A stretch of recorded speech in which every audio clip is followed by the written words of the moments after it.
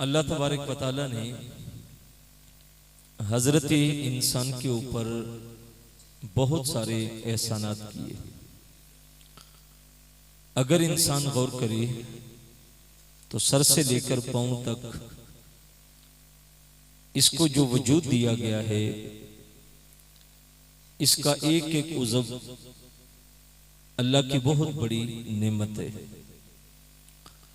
आप आंखें देखें, कान देखें, जुबान देखें, हाथ देखें, पांव देखें, दिलो दिमाग की कुव्वतें देखें, ये अल्लाह की बहुत बड़ी नेमत है। लेकिन ये हकीकत है कि कदरे नेमत ज़वाले नेमत के बाद होता है। जब तक नेमत पास होती है तो एहसास नहीं होता, लेकिन जब नेमत छिन जाती है तो फिर एहसास होता है कि मेरे पास कितनी बड़ी नेमत थी जो छिन गई मुझसे। आंख की कदर उससे पूछिए जो देखने की ताकत नहीं रखता। किसी नाबीने के पास बैठ के उससे पूछिए कि आंख क्या होती है। जो तरसता है कि अल्लाह ने आंख दी होती तो कभी माँ बाप को देखता, बहन भाइयों के चेहरे देखता, बीवी बच्चों से कलाम करता देखता। लेकिन हमें चूंकि इसका एहसास नहीं है और हम सारी रात मोबाइल पे थड़कती हुई तस्वीरें देख के भी गुजार देते हैं, हमें इस नेमत का एहसास नहीं। कान अल्लाह की कितनी बड़ी दौलत है, उससे पूछिए जो सुनने की ताकत नहीं रखता, बड़ी बज़म में बैठा हो तो अकेला होता है, लोगों के हरकत करते हुए होंठ तो देखता है, लेकिन कोई क्या कह रहा है इसको सुन नहीं सकता। जिसकी जुबान में ताकत गोयाई नहीं रखी गई, बोल नहीं सकता, उससे जाके पूछिए कि जुबान की ताकत कितनी बड़ी दौलत है। जो सारी जिंदगी तरसता है कि जुबान होती तो माँ बाप से कलाम करता, बहन भाइयों से कलाम करता, बीवी बच्चों से कलाम करता, लेकिन चूंकि उसके पास ताकत नहीं, वो माफी ज़मीर को बयान नहीं कर सकता। इसी तरह जिसके हाथ नहीं, उसके बारे में कभी सोचिए कि उसकी जिंदगी कितनी मुश्किल होती है। खाना पीना कैसे करता है, वॉशरूम कैसे जाता है, कपड़े कैसे बदलता है, आना जाना कैसे करता है, जिंदगी कितनी मुश्किल होती है। जो चलने की ताकत नहीं रखता उसे व्हील चेयर पे बैठा के धक्का दिया जाता है, और 2 कदम चलने की सकत भी नहीं रखता, उससे पूछिए कि पांव कितनी बड़ी दौलत है अल्लाह। लेकिन भाई इतनी नेमतें अल्लाह ने दी, हम चाहें तो अल्लाह की एक नेमत का बदल भी नहीं दे सकते।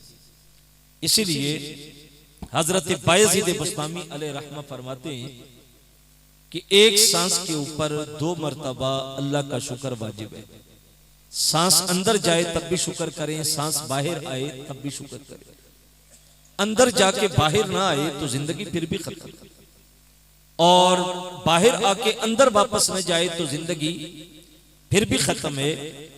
तो कहा एक सांस के ऊपर 2 मर्तबा अल्लाह का शुक्र करना वाजिब है। भाई इतनी बड़ी नेमत अल्लाह ने दी। हदीस में आता है कयामत के दिन अल्लाह उस शख्स को अपने सामने खड़ा करेगा जिसने दुनिया के अंदर 500 साल तक अल्लाह की बेरिया इबादत की। 500 साल तक इबादत नहीं पड़ा, कोई देखने वाला नहीं, रियाकारी का शहबा नहीं, और जब भूख लगती तो ताजा अंगूर की बेल पे अंगूर लगता वो खा लेता, प्यास के वक्त ताजा चश्मे से पानी निकलता पी लेता। 500 साल तक वो इबादत करता। जब उसका आखिरी वक्त आया तो उसने अल्लाह की बारगाह में दुआ की, ए अल्लाह मैं चाहता हूं कि रूह उस वक्त निकाली जाए जब मेरा सर सजदे में पड़ा हो। अल्लाह ने उसकी दुआ कबूल कर ली। जब रूह सजदे में निकली, जब अल्लाह के सामने जाएगा तो अल्लाह ताला फरिश्तों से कहेगा मेरे बंदे को मेरी रहमत के सदके जन्नत अता कर दो। तो बंदा अल्लाह के सामने सवाल करेगा, ए अल्लाह अगर जन्नत रहमत के सदके देनी थी तो मैं 500 साल तक इबादत की भट्टी में क्यों जलता रहा? मैंने दुनिया को छोड़ा, ख्वाहिशात को छोड़ा, किनारा कश इख्तियार करके इबादत की भट्टी में जलता रहा, मेरी इबादत का अजर कहां गया?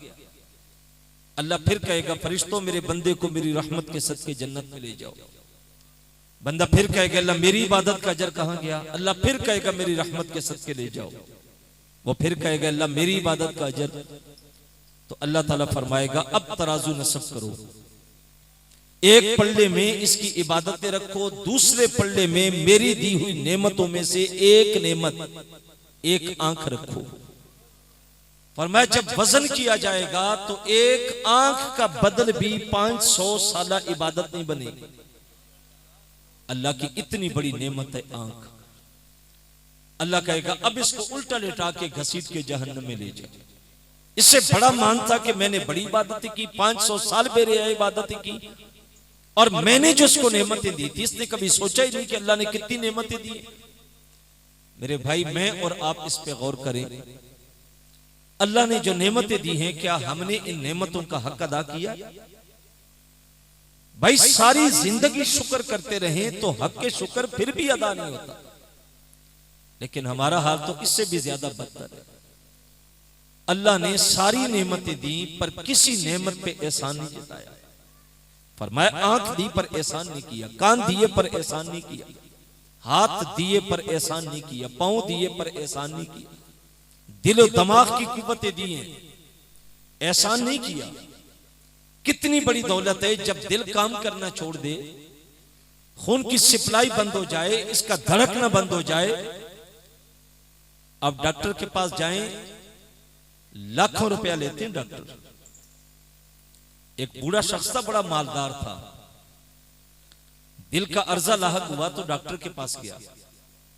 अच्छा कमरा मिला, देखभाल को डॉक्टर मिले, इलाज हुआ। जब वो जाने लगा तो अस्पताल वालों ने बिल बना के दिया। बड़ा मालदार था, जब बिल देखा तो रो पड़ा। पूछा गया कि साहिब अगर आप नहीं दे सकते तो हम इसको आधा कर देते हैं, ज़कात फंड होता है, गुरबा फंड होता है, उसमें से डाल देते हैं, आप रो क्यों रहे? तो उस मालदार शख्स ने कहा कि इसका ये मतलब नहीं कि मैं रो रहा हूं तो मैं बिल नहीं दे सकता, इससे डबल भी होता तो मैं दे देता। तो कहा फिर रोए क्यों? उसने कहा रोना इस बात पे आया कि जो दिल काम कर रहा था उसमें थोड़ी सी रुकावट आई, आप लोगों ने वो रुकावट दूर की, मुझसे लाखों रुपया भी ले रहे हो, मैं आपका शुक्रिया भी करूंगा, जगह जगह बैठ के बताऊंगा फलां अस्पताल बड़ा अच्छा, फलां डॉक्टर की क्या बात है। पर मैं रोना इस पे आता है जिस रब ने दिल दिया था उसने मुझसे लिया भी कुछ नहीं, और मैंने सारी जिंदगी कभी उसका नाम ही नहीं लिया। भाई एक उज़व खराब हो जाए, आंख में मसला बन जाए, कान में मसला बन जाए, डॉक्टर के पास जाएं तो लाखों रुपया लेते हैं डॉक्टर, काम करे न करे।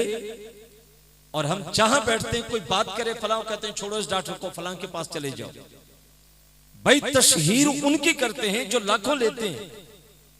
जिस रब ने कुछ भी नहीं लिया, सर से पांव तक वजूद सलामत दिया, हमने कभी उसकी परवाह नहीं की, हम कभी उसकी तरफ पलट के गए नहीं। अल्लाह ने नेमतें दी पर एहसान नहीं जताया, लेकिन जब महबूब को भेजा फरमाया लक़द मन्नल्लाहु अलल मुमिनीना इज़ बअस फ़ीहिम रसूला, फरमाया मैंने मोमिनों पे एहसान किया कि उन्हें अपना रसूल अता कर दिया। हुजूर अलैहिस्सलातु सलाम की आमद अगर कायनात में न होती तो आप क्या समझते हैं कि इस वक्त दुनिया का हाल क्या होगा? आप तारीख अरब को पढ़ें, हुजूर से कबल कायनात के साल में थी। दरख्तों की पूजा, पत्थरों की पूजा, आग की पूजा, सितारों की पूजा, चांद की पूजा, जो है वो सूरज की पूजा, दरख्तों की पूजा, पानियों की पूजा, ये इंसानी जबीन जगह जगह झुक रही थी। बताओ किसने आके इसे बताया कि तेरी जबीन पत्थरों के लिए नहीं बनी, अल्लाह के लिए बनी? वो एक ही नाम जुबान पे आएगा, आमिना के लाल का।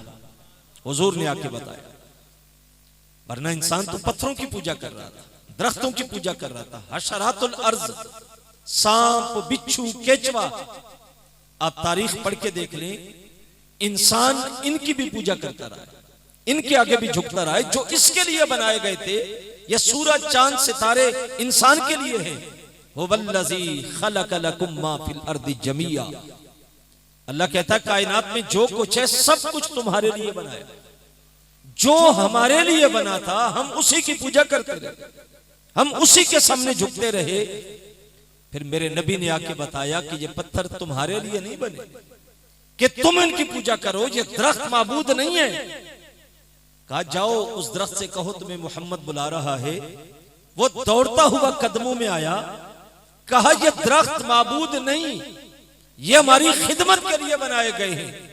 मेरे इमाम ने कितना खूबसूरत लहजा इख्तियार किया। फाज़िल बरेलवी अलैहि रहमत फरमाते हैं फैज पहुंचा ए रजा अहमद पाक का, वरना हम क्या जानते कि खुदा कौन है। कोई कहे ना कि मैं बड़ा पढ़ा लिखा हूं, मैं बड़ा ज़हीन हूं और मैं अपनी जहानत पे इल्म पे अल्लाह तक पहुंच जाता।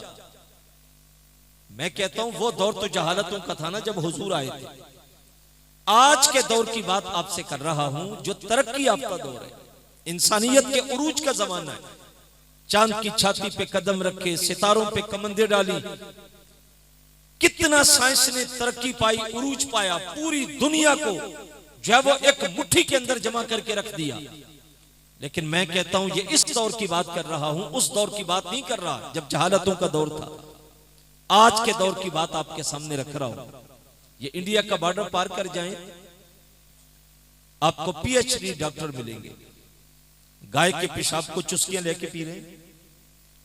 उनकी तिब नहीं बताती कि इसमें कितने जरासीम है। वो जो दुनिया घूम के आए हैं उनको नहीं पता कि गाय का पेशाब कितना मुज़र सेहत है। कितना पढ़ा लिखा बंदा है, दुनिया की यूनिवर्सिटियां कंगाल के आया और गाय के सामने, पत्थर के सामने हाथ जोड़ के सर झुका के खड़ा होता है। उसे नहीं पता कि इस पत्थर को मैंने खुद तराशा है, ये मेरा माबूद कैसे हो सकता है। ये कहानी कि पढ़ा लिखा शख्स दुनिया की यूनिवर्सिटियां कंगालने वाला, लेकिन गाय के पेशाब को तबर्रक समझ रहा है, पत्थर के सामने हाथ जोड़ के खड़ा है। लेकिन मैं आपको वापस दोबारा अपने देश में लेके आता हूं, बात को तवज्जो चाहूंगा। 8 साल का बच्चा घर से निकला स्कूल, गली से गुजरते हुए पेशाब के छींटे कपड़ों पे पड़े, कपड़ा हाथ में पकड़ा, दौड़ते दौड़ते मस्जिद की टूटी खोली और कपड़े को मल मल के धोने लगा। ये वो बच्चा है जिसने नजासत के अहकाम नहीं पढ़े, का हुक्म क्या है, खफीफा का हुक्म क्या है, नापाक को पाक करने का तरीका शरीयत में क्या है, उसने वो कानून, वो ज़ाब्ते नहीं पढ़े हुए।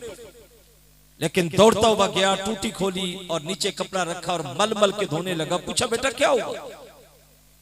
उसने कहा हजरत गुजर रहा था, यहां से स्कूल जा रहा था, गुजरते गुजरते गली से, नाली से गंदगी का छींटा पड़ा तो मैंने कहा जल्दी जल्दी कपड़े को पाक कर लूं।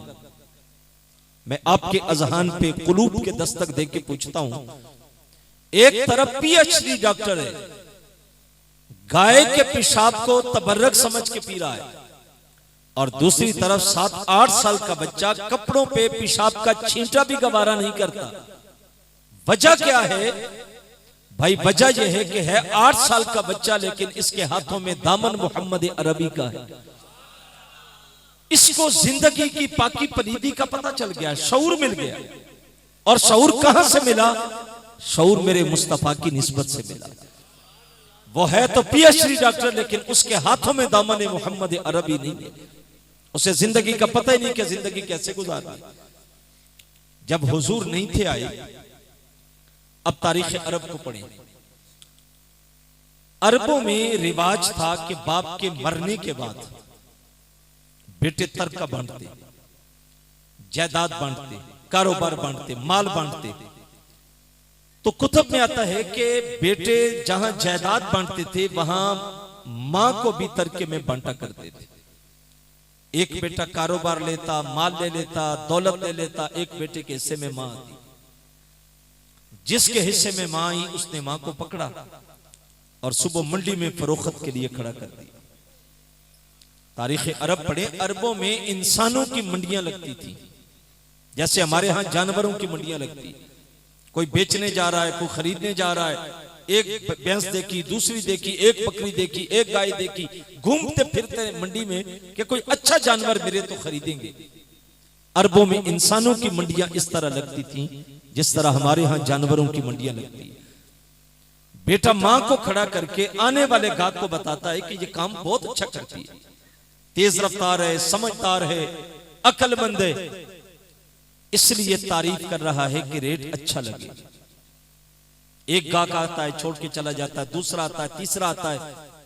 मुआशरे की रवश थी, मां शाम तक खड़ी होती है, बोल नहीं सकती क्योंकि उस मुआशरे की रीत नहीं थी बोलना। जब रेट अच्छा लगा तो बेटे ने मां दे दी और दिरमो दिनार पकड़े और आके कबीले में फख्र करके बताया कि कल मंडी का रेट बड़ा अच्छा था। इतने में मां को बेच के आया।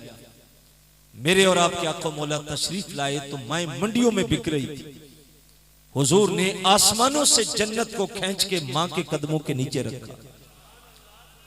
बेटों से कहा, नादान, मां बेचने की चीज नहीं है, तेरी जन्नत रब ने इस कदम के नीचे रखी। अल जन्नतो तहत अक़दामिल उम्महात, फरमाया जन्नत मुंह के नीचे। अल जन्नतो तहत अक़दामिल अबवैन, फरमाया जन्नत वालिदैन के कदमों के नीचे। इन दो रिश्तों के साथ हमें जोड़ा गया। ये मीलाद का सबक है, मीलाद का पैगाम है। दो रिश्तों के साथ जोड़ा गया और अल्लाह के रसूल ने इरशाद फरमाया, जमीन पे अगर मां और बाप राजी हैं तो समझ लो कि अर्श पे रब्बे रहमान भी राजी है। अगर ये दो रिश्ते राजी नहीं हैं, अर्श का रहमान भी राजी। अम्मा आयशा सिद्दीक़ा रज़ियल्लाहु ताला अन्हा फरमाती हैं, हुजूर से सवाल हुआ, या रसूलुल्लाह सल्लल्लाहु अलैहि वसल्लम, वालिदैन क्या है? हुजूर चाहते तो घंटों गुफ्तगू करते, लेकिन दो लफ्जों में जवाब देते, फरमाया जन्नत भी जहन्नम भी। आज मैं आपको रोकना चाहूंगा, मैं और आप अपने अंदर झांक के देखें हमारा रवैया मां और बाप के साथ कैसा है। मीलाद वाले नबी का पैगाम सिर्फ ये नहीं कि सजावट कर ली, जुलूस निकाल लिया, झंडा उठा लिया। मेरे नबी दुनिया में एक इनकलाब लाए थे। हुजूर के आने से इंसानी कुलूब व अज़हान के धारे बदले, रवश बदली, अंदाज़े जिंदगी बदला। हम अगर खड़े उसी जगह पे हैं जहां हुजूर के आने से कबल कायनात खड़ी थी और सारी जिंदगी नाम हुजूर का लेते रहेंगे, कुछ नहीं मिलेगा। मैं और आप अंदर झांक के देखें कि अमली तौर पे जिंदगी में हम कहां खड़े। क्या आज आप नहीं देखते कि बूढ़ा बाप बात करे तो बेटा कहता, अब्बा जी आप ना बोला करें, आपको बोलना नहीं आता। बाबा बात करने लगे, को मशवरा देने लगे, पुत्र कहता, अब्बा आप पुराने दौर की बात करते हैं, आपको नहीं पता जमाना कहां पहुंच गया और पुराने दौर की बात करते हो। मैं कहा करता हूं, देखे ना, दौलत मिली, सरबत मिली, घर अच्छा बनाया, कपड़ा अच्छा पहना, गाड़ी अच्छी रख ली, बेटे के तेवर ही बदल गए। बाप से बात करते भी उसका लहजा बदला होता है। बाप को ताना देगा, बाजी आप ना बोला करें, आपको बोलना नहीं आता। मैंने कहा, जिन सफों में आज तू खड़ा है ना पढ़े लिखे लोगों में, ये बूढ़ा बाबा ही था जिसने तुझे यहां तक पहुंचाया। इसने कितनी बोरियां उठाई, इसने कितनी गाड़ियां लोड की, इसने कितने बेलचे चलाए, इसने कितनी दफा जो है वो कई चलाई और रुपया रुपया जोड़ता रहा कि मैं नहीं पढ़ सका, मेरा बच्चा तो पढ़ जाए। और बच्चा पढ़ के आज बाबा को कहता है कि अब्बा जी आप ना बोला करें। मैं आपसे पूछना चाहता हूं, कभी रात को रोड पे निकल के देखे, रात के 2 बजे भी चौकों में रेड़ियां लगी होती हैं फ्रूट की, बच्चे घर में सोए होते और बाप रेड़ी के ऊपर रात को चादर की बुक्कल मार के रेड़ी पे खड़ा होता है कि अगर गुजरते कोई 2-4 दर्जन ले लेगा तो बच्चों का कुछ बनेगा। तकरीर छोड़े, आपने सुन ली। 2-4 बातें सिलाई आपसे करना चाहता हूं। सच बताएं कि जब वो बेटा जवान होके उस बाबे को कहता है कि अब्बा जी आपको बोलना नहीं आता, उसकी कायनात नहीं उजड़ती। जिस मां ने लोगों के घरों के बर्तन धो धो के बच्चों को पाला था, फैक्ट्रियों में मुलाजमतें की, झाड़ू दिए, लोगों की तिरछी नजरों का सामना किया और इस घर से कमाती रही कि शोहर की कमाई से महंगाई है, गुजारा नहीं होता, तो मैं भी साथ शामिल हो जाऊं। किसी के घर में बर्तन धोए, किसी के घर में कपड़े धोए, किसी के घर में झाड़ू दिया, कई फैक्ट्रियों में जाके सफाइयां की, कि बच्चों का कुछ बन जाएगा। जब वो बच्चा पढ़ के जवान हो के कहता है अम्मा तू घर का माहौल खराब न कर, उस मां के पल्ले क्या बचता है? शहर में आकर पढ़ने वालों भूल गए हो किसकी मां ने कितना जेवर बेचा था।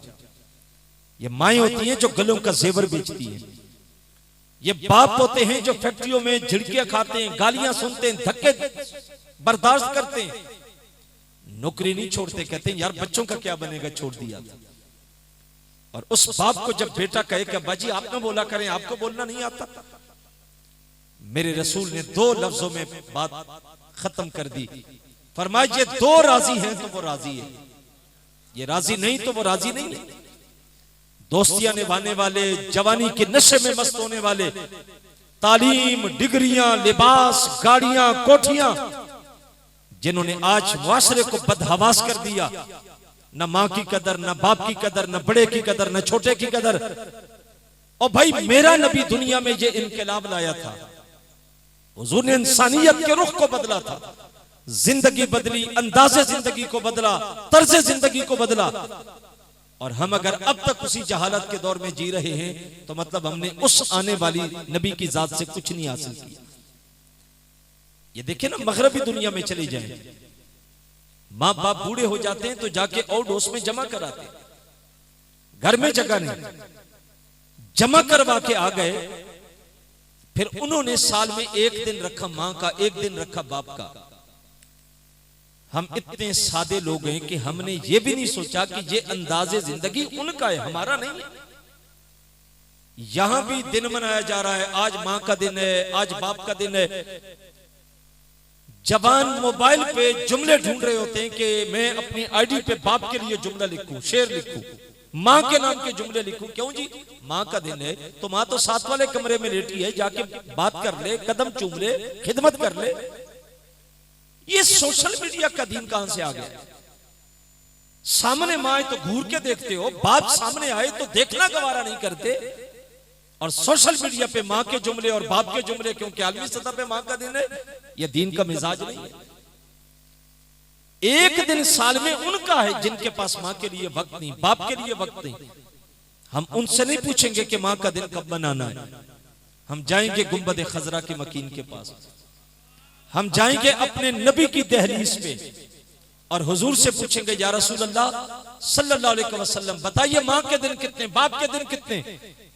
मेरे नबी फरमाते हैं सुबह उठो, माँ बाप के चेहरे को मोहब्बत की नजर से देखो, अल्लाह कबूल हज का सवाब अता करता है।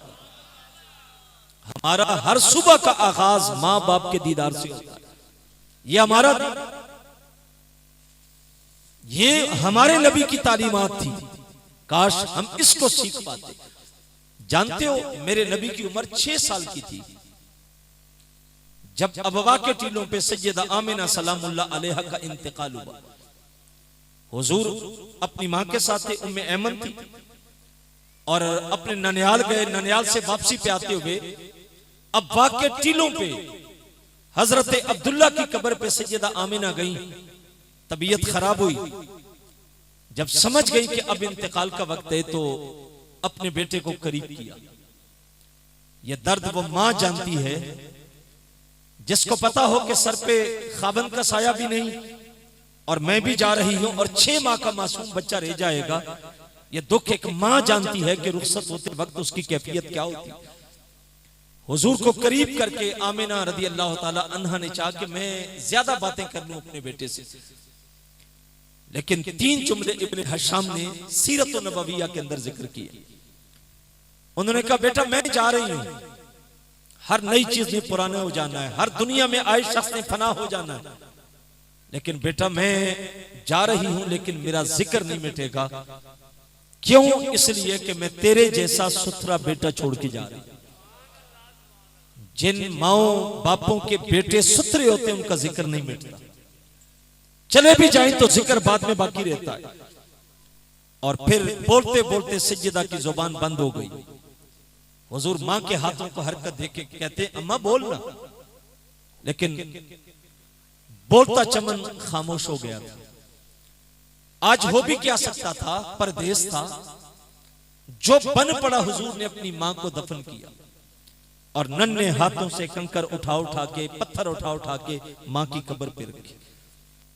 वो किसी ने कहा था कि तुझे जो है वो किन फूलों से कफन दे, तो जुदा ही ऐसे मौसमों में हुआ जब दरख्तों के हाथ फूलों से खाली थे।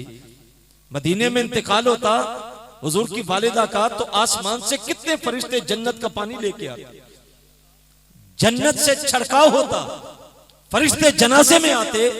लेकिन आज कुछ नहीं था, परदेश था, गरीबुल वतन थे। मां को दफन किया और हजरत उम्मे ऐमन कहती हैं कि मैं हुजूर को लेके वहां से उतरी। जब उस पहाड़ से नीचे उतरी तो मैंने देखा मेरे साथ हुजूर नहीं थे। मैंने कहा मुझे तो अमानत दी गई थी, यहां नहीं मिल रहे। मैंने दाएं बाएं देखा तो हुजूर नहीं मिले। जब मैंने वापस पलट के देखा तो हुजूर अपनी मां की कब्र पे लेट के रो रहे थे। ये 6 साल की उम्र थी। फरमाती मैंने जाके फिर हुजूर को उठाया, सीने से लगाया, लेके आई। फिर जो दौर आया वो इंतहाई सख्त दौर था। पत्थर भी पड़े, ताइफ के बाजारों में गड़े खोदे गए, कांटे बिछाए गए, उजलियां डाली गई। ये दीन आसानी के साथ नहीं आया। हमने दीन का चेहरा मसख कर दिया। दीन के नए नए तरीके, नए नए अंदाज अमल की दुनिया से कोसों दूर चले गए। जो हमारा कल्चर इस वक्त बन चुका है मजहबी लोगों का, वो भी इस्लाह तलब है। हमारा जो अंदाज है जिंदगी का, जो मामलात हैं, बहुत सारी चीजें जो दीन नहीं है, लेकिन हमने उनको दीन का हिस्सा बनाया। ये मीलाद के जुलूसों में मर्द और जन का इख्तिलात, औरतों का मर्दों का, ये किस दीन की इजाजत है? दीन तो औरतों को इजाजत नहीं देता मर्दों में आने की। दीन तो इजाजत नहीं देता कि आप जो है वो पहाड़ियां देखने जाएं, सजावटें देखने जाएं, मर्द भी खड़े हों, औरतें भी जा रही हों। ये तमाशा हमने शुरू किया है, ये दीन का हिस्सा नहीं है। औरत के लिए अफजल इबादत यह है कि औरत छुप के करे, जहां किसी मर्द की उसके ऊपर नजर न पड़े। औरत की आवाज भी पर्दा है। औरत माइक पे, लाउड स्पीकर पे नात भी नहीं पढ़ सकती, कुरान भी नहीं पढ़ सकती कि उसकी आवाज को गली में जाता हुआ कोई शख्स सुने। बल्कि कुरान ने तो यहां तक पाबंदी लगाई कि औरत घर की चारदीवारी में कदम भी आहिस्ता रखे कि उसके पांजेब की आवाज भी गली में जाने वाला मर्द न सुने। ये औरत के लिए ये दीन था। और आज दब बजाए जा रहे हैं। सोशल मीडिया पे औरतें नाथानियां कर रही हैं। सारा मोहल्ला निकल के रात को पहाड़ियां देख रहा है, मिलाद की सजावट है। ये कौन से दीन का तरीका है? ये हुजूर को राजी करने वाला काम है या नाराज करने वाला काम है? जो हमारा जी चाहता है उसी को दीन बना लेते। कोई दीन का हिस्सा नहीं है। ये कोई दीन का तरीका नहीं है। महफिलों में चले जाएं, दफ के साथ नाते, अजीब अजीब तरीके हमने शुरू कर लिए। कभी पूछना ही गवारा नहीं किया कि हजरत ये काम कर रहे हैं, ये दीन है भी या नहीं। हम कभी नहीं पूछना चाहते। कोई बताए भी हम सुनने के लिए तैयार नहीं। जिस बंदे का जो रुख बन गया वो कहता है ये दीन है, बस ठीक है मैं कर रहा हूं। सजावट सारी रात करेंगे, माजरत चाहूंगा, नाराज नहीं होना। नमाज उस दिन भी नहीं पढ़ेंगे। जलूस सारा दिन निकालेंगे, नमाज 12 रबीउल अव्वल के दिन भी नहीं पढ़ेंगे। जिस कौम की मस्जिदें 12 के दिन भी खाली हों और चौक आबाद हो, फट्टे आबाद हो, जुलूस में रौनकें हों, झंडे निकाले हुए, हाथ खड़े कर लो, हाथ नीचे कर लो, ये कोई दीन का हिस्सा है? जरा सोचें तो सही, हम कहां खड़े। इसलिए सजावट की, इसलिए रातों को जागे, इसलिए पैसा खर्च किया कि हुजूर राजी हो जाएं। मैं कहता हूं आओ ना हुजूर से पूछते हैं या रसूल अल्लाह आप कैसे राजी होते हैं? मेरे नबी फरमाते मेरी उम्मती जब तेरा सर सजदे में पड़ता है मुझ मोहम्मद की आंखें ठंडी हो जाती है। हमारी कौम कहती है नहीं नहीं ये दावत नहीं देनी। वैसे कहो कि उशाकाने मुस्तफा जनाब आपने जुलूस निकाला तो आपने तो हद कर दी। तवक्को होती है कि जो मिंबर पे आके बैठे वो जन्नत का टिकट हमारे हाथ में देके जाए तो आप तो बिल्कुल सीधा जन्नत में जाएंगे। और भाई ऐसे जन्नत नहीं मिलती, आसानी से जन्नत नहीं मिलती। अपने भी खफा मुझसे हैं, बेगाने भी नाखुश कि मैं जहरे हला हल को कभी कह न सका कंद, कहता हूं वही बात, समझता हूं जिसे हक, नए अबलाए मस्जिद नई तहजीब का फर्जंद। ये बातें आपको कड़वी लग रही हैं, लेकिन ये हकीकत है। आप नाराज हो या आप खुश हो, लेकिन आप अंदर उतारेंगे तो आपका अंदर गवाही देगा कि ये हक है जो बात हो रही है। इसलिए मेरे भाई, अल्लाह ने आपके मुकद्दर में मिलाद लिखा है, आपके मुकद्दर में रसूलुल्लाह की फजीलत लिखी है, आपके मुकद्दर में हुजूर की नात पे झूमना लिखा है। मैं कहता हूं ये तो बड़ी सादत की बात है, लेकिन अगर इस सादत के साथ अल्लाह सजदों की दौलत भी दे दे, जिस तरह महफल की पहली सफ में आके बैठते हैं, काश के नमाज की पहली सफ में बैठने की आदत बन जाए मस्जिद में, फिर तो क्या ही बात है।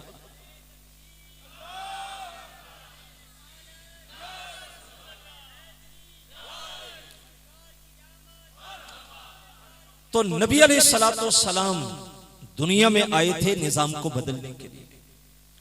हुजूर की वालिदा माजिदा इंतकाल कर गई। हुजूर ने बड़ा दौर गुजारा, पत्थर खाए दीन के लिए, अजियतें सही, कांटे बिछे, ओजरियां डाली गई, लेकिन मेरे नबी सब कुछ अबूर करते चले गए, दीन मुंतकिल करते चले गए। जब ऐलान नबूवत करते हैं मुश्किलें भी आई, लेकिन फिर मदीने में आए तो अदब की आयतें उतर आई। आप जानते हैं ना कि जब आपने गुर्बत का दौर देखा हो, माँ बाप चले जाएं, फिर अल्लाह आसूदगी दे दे, दौलत दे दे, तो एक वक्त आता है कि बंदा माँ बाप को याद करता है, काश वो मौजूद होते। हमारे एक दोस्त हैं लाहौर के, मेरे कोलीग हैं, तो वो कहते हैं कि मैं उनको मिला तो उन्होंने नई गाड़ी ली, बड़े मशहूर साथी हमारे। तो साथी कहते हैं कि मैंने उन्हें कहा कि जनाब आपको मुबारक हो, आपने गाड़ी ली है, तो रो पड़े। तो मैंने कहा कि साहिब मैंने तो गाड़ी की मुबारक दी है, आप रो पड़े। कहने लगे हजरत गाड़ी का मसला नहीं, मसला यह है कि एक जमाना था मेरी माँ बीमार थी, कहते मेरे पास इतना पैसा नहीं था कि मैं गाड़ी किराए पे लेके माँ को अस्पताल तक ले जाऊं। आज अल्लाह ने गाड़ी भी दे दी, कोठी भी दे दी, लेकिन माँ नहीं है। दौर होता है जब गुजर जाता है फिर माँ बाप याद आते। आज जब हुजूर मस्जिद में दाखिल होते हैं, सहाबा हद नजर उठ के खड़े हो जाते। अदब की आयतें उतर आई, मेरे नबी की आवाज से आवाज को ऊंचा नहीं करना। हुजूर मुसल्ले पे खड़े होते, सहाबा उठ के खड़े होते। हुजूर की नजर अब्वा के टीलों पे चली गई, जहां हुजूर नन्हे हाथों से मां को दफन करके आए थे।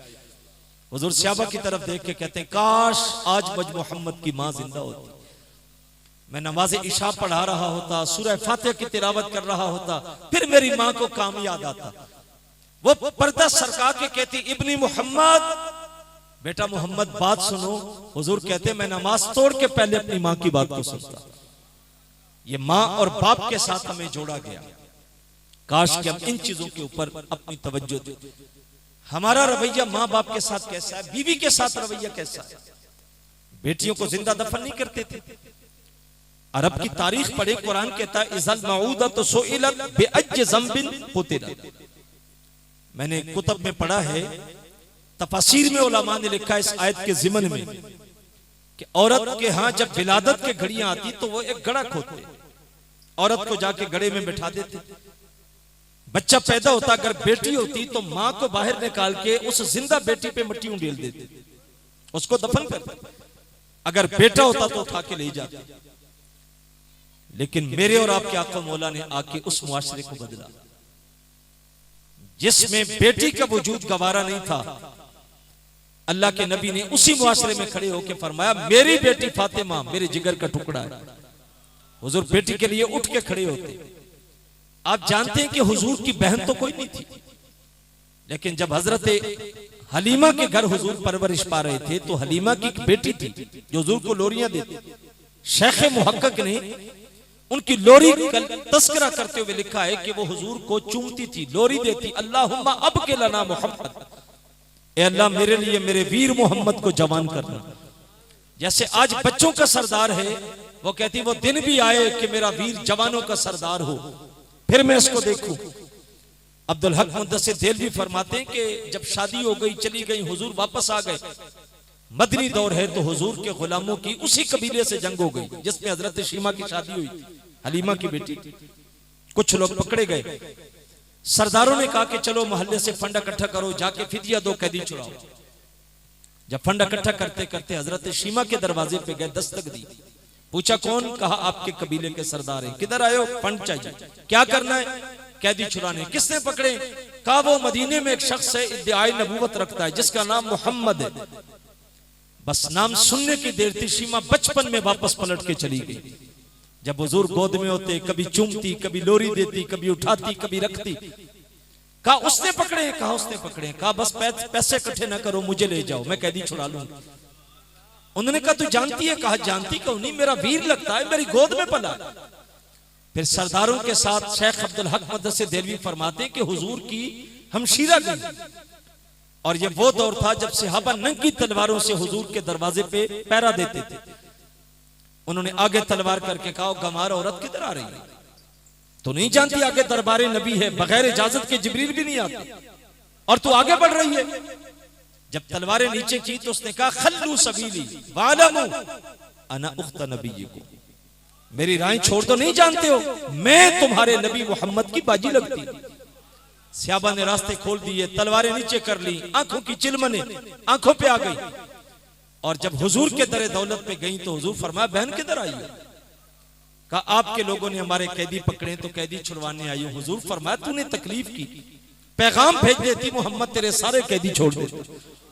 अच्छा, हुजूर का अंदाज ये था कि हुजूर जब कैदी छोड़ते तो सहाबा से मशवरा करते, लेकिन जब हजरत के दरवाजे पे आई तो अल्लाह के नबी ने मशवरा नहीं किया, बल्कि कैदी भी छोड़े, घोड़े भी दिए, जोड़े भी दिए, दूर तक रुखसत किया।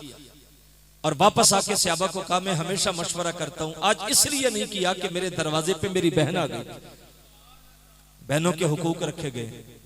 मैं आपसे पूछूं आपके मुआशरे में कितने लोग हैं जिन्होंने जायदाद से बेटियों को हिस्सा दिया है? कितने भाई हैं जिन्होंने जायदाद बांटते वक्त बहन का हिस्सा जायदाद से निकाला है, विरासत से? हम तो देना नहीं चाहते। बहनें मजबूर होकर छोड़ देती हैं कि भाई हम नहीं लेते, उनको पता कि ले लिया तो सारी जिंदगी ताल्लुक खत्म हो जाएगा। भाई अल्लाह ने हक रखा है, 6 महीने के बाद उम्रा करना, बस सरकार बुला लेते हैं। बेटी का हक तो अभी तक नहीं दिया, सरकार कैसे बुला लेते? हज करने जा रहा है जी, हाजी साहब हर साल हज करने जाते हैं, बहनों का हिस्सा तो अभी तक नहीं दिया, दबा के बैठा हुआ है। कौन सा हज है अल्लाह कबूल करेगा? भाई जो दीन है वो दीन है, उस पे अमल करना पड़ेगा। जब तक अमल नहीं करेंगे तब तक कोई, ये अपने साथ जितने मर्जी बना लो, जो शरीयत के हद है, शरीयत के ज़ाब्ते हैं, जब तक उनको अमली जिंदगी में दाखिल नहीं करेंगे हमारी परेशानियां कभी खत्म नहीं होगी। ये बात ज़हनों में बिठा लो। आज का दिन मेरे और आपके लिए सादत मंदियों का है। ये लंबा उन्वान है। हुजूर ने गुलामों को इज्जत दी, बीवी को इज्जत दी, बेटी को इज्जत दी, बहनों को इज्जत दी, गुलामों को इज्जत दी, कमजोरों को इज्जत दी। ये एक लंबा उन्वान है, इस पे घंटों गुफ्तगू हो सकती है, किस किस तरह हुजूर ने दिफा किया उनका। लेकिन चूंकि मेरा वक्त मुकर्रर था, मुख्तस था और वो मुकम्मल हो चुका है, तो मैं इसी के ऊपर इक्तिफा करता हूं। भाई बड़ी सादतमंदी है जिसके हिस्से में अल्लाह अपने रसूल की मोहब्बत लिख दे। अगर आपके चेहरे हुजूर के नाम पे मचलते, ये अंदर का ताल्लुक है। किसी ने मजनू को देखा ना, रेत के जर्रों पे लैला लैला की नाम की मशक कर रहा था, तो मजनू से पूछा गया, रूमी कहते हैं, पूछा जी क्या कर रहे हो? उसने कहा लैला का नाम लिख रहा हूं। तो कहा रेत पे लैला का नाम लिख के क्या मिलता है? मजनू ने कहा जब मैं लैला का नाम लिखता हूं तो मेरे दिल को सुकून मिलता है। जुमला आपको दे रहा हूं, अगर लैला को मजनू का नाम सुकून देता है तो क्या उम्मती को नामे मोहम्मद सुकून नहीं देता? इस नाम से बड़ा नाम तो कोई है नहीं। यह नाम कोई काम बिगड़ने नहीं देता, बिगड़े भी बना देता है नामे मोहम्मद सल्लल्लाहु अलैहि वसल्लम। अगर हुजूर की मोहब्बत आपके हिस्से में आई है, आप घर सजाते हैं, आप मोहल्ला सजाते हैं, तो यह आपके लिए सादत है। यह बात ज़हन में रख लें, हुजूर के साथ एक लम्हे की मोहब्बत भी अल्लाह कभी जाया नहीं करता। यह बात ज़हन में रख लें। अमल की दुनिया भी अपनी जगह पे है, उसका भी इनकार नहीं, लेकिन बहुत सारे लोग हैं वो अमल पे ज्यादा जोर सीरत पे देते हैं, लेकिन उनके अंदर हुजूर की मोहब्बत का वो चराग नहीं होता। शेख महदी अल फासी ने मताली अल मुसर्रात शरह दलाइल अल खैरात में लिखा है कि हुजूर का नाम सुन के जिस शख्स के सीने में ठंड नहीं पड़ती, उसके सीने में धड़कने वाला दिल किसी मोमिन का दिल ही नहीं। नबी का नाम सुने और चेहरा मुरझा जाए, सरवरे कायनात का तस्करा हो और जो है वो चेहरा मुरझा जाए, ये नहीं हो सकता। साहिब हुजूर की जात सबसे बड़ी हमारे लिए। देखिए ना, जिसके लिए नबी दुआएं करे, ए अल्लाह, हजरत मूसा के ऊपर जब तौरात की तख्तियां उतरी पड़ा तो अल्लाह की बारगाह में दुआ करते हैं, अल्लाह मैंने अपनी किताब में ऐसी उम्मत का जिक्र पढ़ा है जो आएगी बाद में लेकिन नंबर पहला ले जाएगी। यह उम्मत आखिरी है ना। आपने कभी फौज को देखा हो, जब उनको मशक करवाते हैं तो एक लाइन में खड़ा करते हैं, एक रेफरी कहता है चलो चलते, जब वापस बुलाना होता है तो रेफरी कहता है टर्न अबाउट, वापस आओ। तो दायरे में चक्कर काट के नहीं आते, जिधर खड़े होते हैं उधर ही रुख को पीछे मोड़ लेते। तो जाते वक्त जो सबसे आखिर में होता है, जब रुख पीछे मोड़ते हैं तो वो पहला हो जाता है। अल्लाह ने कहा महबूब सारी उम्मतें भेज के सबसे आखिर में तेरी उम्मत को भेजूंगा, लेकिन कल जन्नत का दरवाजा खोल के जब टर्न अबाउट कहूंगा, तेरी उम्मत जो सबसे आखिर में होगी वो जन्नत में सबसे पहले दाखिल हो जाएगी। मूसा अलैहिस्सलाम कहते हैं अल्लाह ऐसी उम्मत का तस्करा पड़ा, ये उम्मत मेरी उम्मत बना दे। कहा नहीं मूसा, ये मेरे महबूब मोहम्मद की उम्मत। अर्ज करते हैं अल्लाह ऐसी उम्मत का जिक्र पड़ा है जो खुद सदका करेगी, खुद खाएगी और खुद सवाब पाएगी। पिछली उम्मतों में सदका खाया नहीं जाता था। कुरान के दामन में हाबील और काबील का वाकया मौजूद है।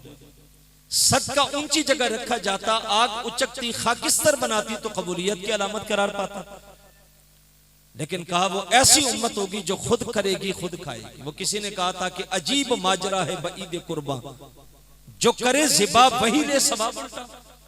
जिबा भी खुद करे, खाए भी खुद और सवाब भी खुद ले ले। कहा ऐ अल्लाह ये उम्मत मेरी उम्मत बना दे। कहा ये मेरे प्यारे महबूब मोहम्मद की उम्मत। अच्छा, एक एक बस गिनती करते गए, आरजू करते गए, मेरी उम्मत मेरी उम्मत मेरी उम्मत। जवाब आया ये सारे एजाज मेरे महबूब की उम्मत के। आखिरी जुमले पे आपके सीनों में ठंड पड़ेगी, आप मुकद्दर पे नाज करेंगे अगर आपकी तवज्जो होगी। अल्लाह का जलीलुल कदर नबी है मूसा, नबी भी है, साहिब किताब भी है, साहिब उम्मत भी है, कलमा भी चल रहा है, उम्मत भी खड़ी है। लेकिन अल्लाह की बारगाह में हाथ उठा के कहते हैं अल्लाह वो उम्मत मेरी नहीं बनाता तो न बना, मुझ मूसा को ही उस मोहम्मद का उम्मत ही बना दे। यार जिसकी उम्मत में आने के लिए नबी दुआएं मांगे, लेकिन हमें दुआ नहीं मांगनी पड़ी, हमें इंतजार नहीं करना पड़ा, हमें आरजू नहीं करनी पड़ी, हमें मुसल्ले नहीं बिछाने पड़े, हमें पिछली रात को उठ के आंसू नहीं बहाने पड़े। हम दुनिया में आए, मुअज्जिन ने आके कान में बशारत दी, मुबारक हो मुस्तफा के उम्मती बन के आए। और भाई एक दिन का मिलाद नहीं, एक रात का मिलाद नहीं, सारी जिंदगी भी हुजूर का जिक्र करते रहे तो हक के शुक्र अदा ही नहीं कर सकते। हम तो सोए थे, हमारा मुकद्दर जागा कि हुजूर तशरीफ लाए। जमाना इंतजार करता रहा, लोग निशानियां देखते रहे। एक ही बात आपके सामने रखता हूं, हुजूर अलैहिस्सलाम 12 साल की उम्र में अपने चचा के साथ पहला सफर करते हैं। तिजारती सफर में हुजूर 12 साल की उम्र में अपने चचा के साथ गए शाम के सफर पे।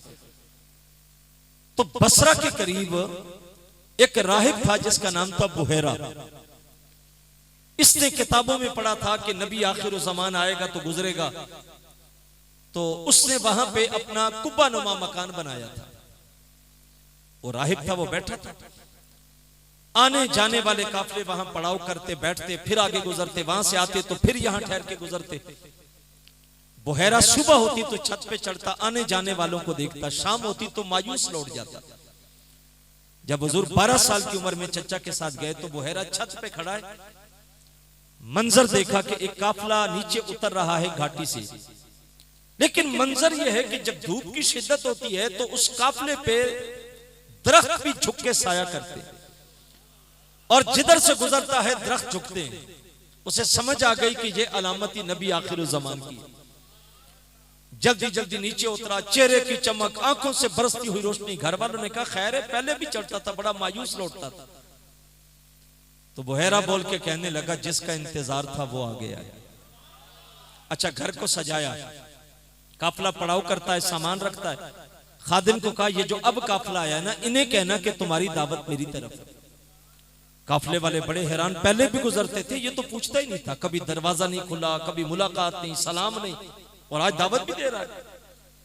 जब खाना बन के लग गया तो खादिम को भेजा, कहा काफिले वालों को कहो आ जाए। सामान कीमती था, तिजारती पड़ा था, तो उन्होंने कहा कि एक बंदे को सामान के पास छोड़ जाएं, बाकी खाना खा के फिर उसको भेज दें। हुजूर की उम्र जाहिरी सब में कम थी, 12 साल थी। उन्होंने कहा जब बच्चा इसको सामान के पास छोड़ते, हम जाके खाना खाते हैं, फिर आ जाते।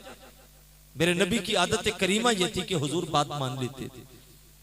हुजूर बैठ गए, काफिले वाले जाके बैठ गए, तो बुहैरा एक एक के चेहरे को देखने लगा, पर जिसको आंखें ढूंढ रही थी वो चेहरा था ही नहीं। फिर नजर दौड़ाई, फिर नजर दौड़ाई, मजबूर होके काफिले वालों से कहा भाई सब आ गए हो या कोई पीछे भी है? उन्होंने कहा सब आ गए हैं, एक बच्चा था उसको सामान के पास छोड़ के आया। बुहैरा बोल के कहने लगा वाह, तुम तो पहले भी गुजरते थे, तुम्हें कौन पूछता था? अजीब बात है कि दूल्हा पीछे रह गया, बारात आगे आ गई, सारा इंतजाम उस बच्चे के लिए किया, उसे तो बुलाओ। जब हुजूर आए, अलामतें देख के हाथ पकड़ के चूम के फिजा में बुलंद करके कहा लोगों मैं गवाही देता हूं ये अल्लाह का आखिरी रसूल है। जमाना जिसकी राहें तक रहा था, लोग जिसके इंतजार में खड़े थे, मुझे और आपको इंतजार नहीं करना पड़ा, अल्लाह ने यह सआदत दे दी। हम सारी जिंदगी भी शुक्र करते रहे तो हक अदा नहीं कर सकते। आओ हुजूर से सच्ची मोहब्बत करें, हुजूर जो दीन लेके आई थी उसको अमली तौर पे अपनी जिंदगी में दाखिल करें, फिर मुस्तफा के नाम की खुशी करें, मुसर्रत करें, इजहार करें, घर सजाएं। भाई ये जो महफिल मुनक्किद होती है ना, इनकी बरकतें होती है। एक फायदा इसका ये होता है कि हमारी आने वाली नस्ल, ये जो बच्चे बैठे हुए, ये महफिल इन बच्चों को हुजूर के साथ जोड़ती। ये जो इकबाल ने शिकवा कहा था ना कि असरे माँ माराज़े माँ बेगाना कर, अस जमाले मुस्तफा बेगाना कर। इकबाल ने कहा था मेरे दौर का जुल्म यह है कि इसने मुझसे ही दूर कर दिया, क्योंकि मुझे रसूलुल्लाह की जात से दूर कर दिया। जब हम नबी से दूर हो गए तो हम अपने आप से भी दूर हो गए। आइए फिर पलट के जाएं, हुजूर के साथ अपना रिश्ता जोड़े, हुजूर के हुस्न के तस्करे, हुजूर की सीरत के तस्करे, हुजूर के कमालात के तस्करे, ये हमारी नस्लों को हुजूर के साथ जोड़ेंगे, आने वाले बच्चों को जोड़ेंगे। मैं आपके लिए दुआ गो हूं कि आज की इस खूबसूरत महफिल में जिन अहबाब ने हिस्सा लिया, दामे दिरमे सुखने कदमे, जितने अहबाब इसमें शामिल हुए, अल्लाह की बारगाह में दुआ करेंगे कि अल्लाह उनको बरकतें दे। जो बीमार हैं अल्लाह उनको सेहत और आफियत अता फरमाए, और जो बे औलाद हैं आज 12 रबीउल अव्वल के लम्हों में अल्लाह की बारगाह में दुआ करेंगे कि अल्लाह उनकी झोलियां औलाद के नूर से भर दे। जो परेशानियां घरों में हैं, मामलात में हैं, कारोबार में हैं, अल्लाह की बारगाह में आज दिन का वसीला पेश करेंगे। ए अल्लाह ये वो दिन था जिसमें तेरे महबूब दुनिया में जलवगर हुए थे और तूने सारी कायनात में रहमतें बांटी थी। ए अल्लाह आज उन रहमतों का सदका जितने अहबाब आए हैं किसी की झोली खाली न हो, अल्लाह सबको बरकतें अता फरमाए। मैं इन्हीं कलिमात के ऊपर आपसे इजाजत चाहूंगा। वमा अलैया इल्लल बलागुल मुबीन। आज रात को इशा के बाद भी आपके बिल्कुल करीब ये मेन जीटी रोड पे टंकी के साथ ही बिलाल मस्जिद के अंदर इसी उन्वान पे एक प्रोग्राम होगा जिसमें एक नए उन्वान के ऊपर थोड़ी सी गुफ्तगू होगी। अगर वक्त हुआ तो जरूर आइएगा, कुछ नई चीजें आपको सुनने को मिलेंगी। और आपकी इसी कुर्बो जवार में मुझे तो अंदाजा नहीं, लेकिन मेरा ख्याल है 24 को मेरे उस्ताद गिरामी आलमी मुबल्लिग इस्लाम पीरजादा मोहम्मद रिजा साकिब मुस्तफाई साहिब तशरीफ ला रहे हैं। आपने पोस्टर पढ़े होंगे। मैं आपको दावत दूंगा कि आप जाएं, बयान भी सुनना, लफ्ज अंदर उतरते हैं, और उस मर्द दुर्वेश की जियारत करना, चमकता हुआ चेहरा आपके दिल को सुकून देगा। अल्लाह वालों की सोहबत, अल्लाह वालों की जियारत, ये जो है वो ये भी, इस पे भी अजर रखा गया है, इसलिए जरूर जाइएगा। अल्लाह मुझे आपको तौफीक दे। वमा अलैया इल्लल बलागुल मुबीन।